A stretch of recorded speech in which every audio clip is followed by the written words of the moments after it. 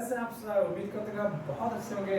Sir mic यहाँ है, पढ़ लिख रहे होंगे, अगर नहीं पढ़ लिख रहे हैं तो पढ़ ही लिखिए क्योंकि पढ़ने सब कुछ होगा। आज मैं आपके जेंद्र मैम के साथ आपको बताने वाला हूँ। क्या मैम एक बार बच्चों को इंट्रोड्यूस करिए आप। हाय बीएसपीएंस, कैसे हो आप सब। चलिए आज हम लोग बहुत इंटरेस्टिंग वीडियो आपके लिए लेके आए हैं और देखो ऊपर क्या लिखा है, how to score 100% in science. तो सर आपको ऐसे टिप्स बताने वाले हैं जिससे हम लोग स्कोर करने वाले हैं 100%। चलिए सर। तो आज मैं आपको बताने वाला हूँ सर क्या बताने वाले हैं। जो बच्चे 9th से 10th में आए हैं, सर 9th में तो बहुत एंजॉय किए, क्या सेम एंजॉय 10th में करेंगे क्या, वही तो बताने वाला हूँ आपको। तो आज मैं आपको बताने वाला हूँ कि जैसे आप 9th से 10th पहुँचने क्या क्या आपको करना है, क्या क्या नहीं करना है। देखो सबसे ज़रूरी चीज़ जो है मैम बच्चों के लिए, किसी भी एग्जाम के लिए मैम सबसे ज़रूरी है कंसिस्टेंट होना। आप कोई भी काम करना चाहते हैं, अगर आप कंसिस्टेंट नहीं हैं तो फिर आपको रिजल्ट नहीं मिलेगा। सबसे पहले आप जिस दिन से आप स्टार्ट करें क्लास 10th, आपको हमेशा कंसिस्टेंट रहना है। अगर आपको कोई टाइम टेबल आपने बनाया है, आप उस टाइम टेबल को कब तक फॉलो करेंगे। जैसे बच्चे क्या करते हैं मैम, जल्दी शुरुआत में बहुत सारा आता है उनके पास, 6-7 घंटे का टाइम टेबल बना लिए, इस बार बोर्ड है सब कुछ कर देंगे, लेकिन धीमे धीमे क्या होता है उनको गुस्सा डाउन हो जाता है। तो इसलिए मैं कहता हूँ कि जो टाइम टेबल बनाइए फ्लेक्सिबल बनाइए और उस पर कंसिस्टेंट रहिए। आप कंसिस्टेंट रहेंगे तभी वो रिजल्ट आपको मिलेगा। तो जैसे कि मैंने लिखा है कि एनसीईआरटी इज द की।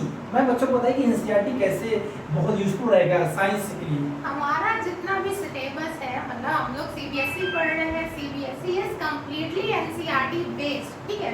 तो पहला क्या है, एनसीईआरटी इज द की। जो हमारा की है वो है एनसीईआरटी। जो भी क्वेश्चंस बनने हैं, जो भी कॉन्सेप्ट है हमारा, उसकी एक एक एनसीईआरटी की जो लाइन है उसी से बनता है, इसलिए NCERT is the key. Next NCERT के पूरा कंप्लीट करने के बाद आता है एक्टिव रिवीजन। तो सर बताइए व्हाट इज एक्टिव रिवीजन। तो भाई कोई भी एग्जाम आप कितना ही पढ़ लिए हो, लेकिन जब तक आप उसको रिवाइज नहीं करेंगे, जैसे मान लीजिए फिजिक्स बाथरूम है, जैसे मान लीजिए आप कोई चैप्टर मोशन, क्या होता है बच्चे उत्साह में मोशन खूब अच्छे से पढ़ते हैं। आप इसको आप रियलाइज करेंगे 9th में कि आपने मोशन शुरुआत में खूब अच्छे से पढ़ा होगा 9th में, लेकिन धीमे धीमे धीमे आते थे साउंड पढ़ना हुआ तो आपका मोरल डाउन हो गया। क्यों?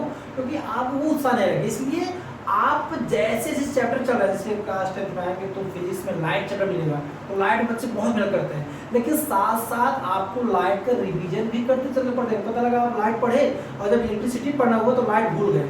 इसलिए रिवीजन बहुत इंपॉर्टेंट है। अगर आप हर सब्जेक्ट का आप जो अपना टाइम टेबल बनाएंगे, आप अपने टाइम टेबल में रिवीजन जरूर इंक्लूड करेंगे कि आपको हर सब्जेक्ट को अच्छे से रिवाइज करना है। आप रिवाइज करेंगे तभी वो आपको याद रहेगा, तभी आप एग्जाम में अच्छा कर पाओगे। आगे मैम बताएं कि डायग्राम मास्टरिंग बायोलॉजी तो बहुत इंपॉर्टेंट है। डायग्राम के बिना बायोलॉजी तो अधूरा है। तो मैम बताइए बच्चों को डायग्राम कैसे। तो डायग्राम मास्टरी, अब साइंस की बात कर रहे हैं, चाहे वो फिजिक्स के डायग्राम होगा, चाहे वो फिजिक्स के रे डायग्राम है, या बायोलॉजी से रिलेटेड कोई भी डायग्राम से, चाहे वो केमिस्ट्री में केमिकल इक्वेशंस ही क्यों ना हो, इन सब के बिना साइंस तो है ही नहीं। क्योंकि डायग्राम्स तो मस्ट हैं, क्योंकि उनके अराउंड क्वेश्चंस फ्रेम होते हैं, हमें उनकी मास्टरी करनी है, एक एक लेबलिंग की, सारी चीज़ों की।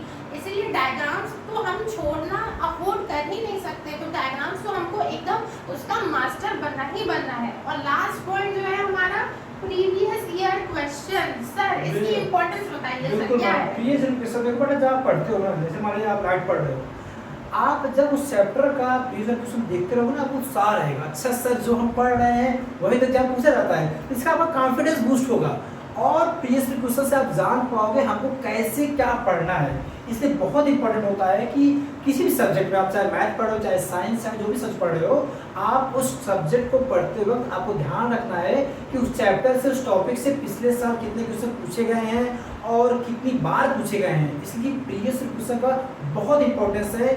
नॉलेज तो मिलेगा ही मिलेगा, मार्क्स को गेन करने के लिए। इसलिए आपको ध्यान रखना है कि जो भी चैप्टर पढ़ रहे हैं उसकी प्रीवियस ईयर क्वेश्चन आपको साथ में लेकर चलना है। और हमारी जितनी फैकल्टी है मैम, वो सब चीज़ जो चीज़ लिखा गया है हम खुद अपने बैच में देने वाले हैं। तो बहुत जल्दी में हम लोग का बैच आने वाला है, तो वेट करना है आपको। और फिजिक्स के प्यार को बहुत प्यार देना है यार, प्यार दोगे तभी तो फिजिक्स प्यार आगे बढ़ेगा। तो इसलिए फिजिक्स प्यार को ज्वाइन कीजिए और जल्दी हम लेकर आने वाले अपना बहुत ही शानदार बैच। और उम्मीद करूँगा कि जितने बच्चे देख रहे हैं, आप बैच का नाम सजेस्ट करिएगा। I will try to just put the batch name, आप जो सजेस्ट करेंगे। क्यों मैम? हाँ बिल्कुल सर। तो फिर हम मिलते हैं अगले वीडियो में, तब तक के लिए ओके बाय बाय, फिर मिलते हैं। Thank you so much. Bye बीएसपीएंस।